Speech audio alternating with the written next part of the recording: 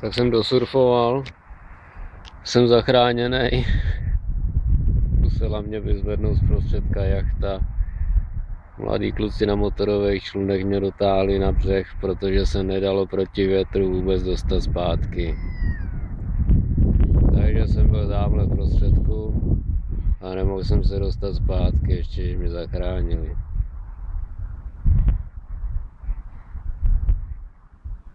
Jinak je to tady opravdu krásné místo.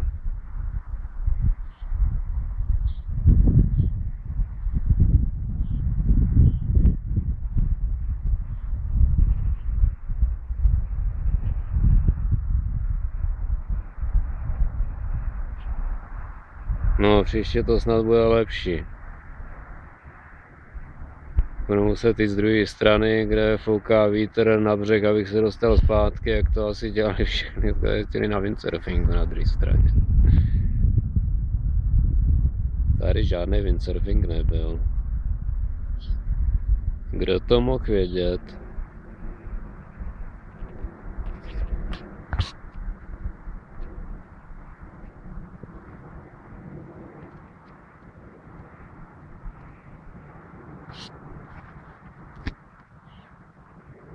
No, velká jachta, co mě zachránila, už tady asi není. Obrovská jachta.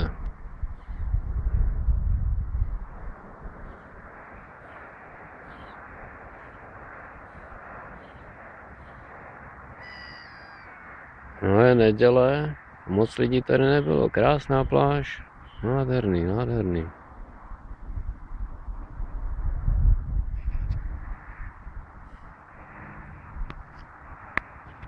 Celý den svítilo sluníčko.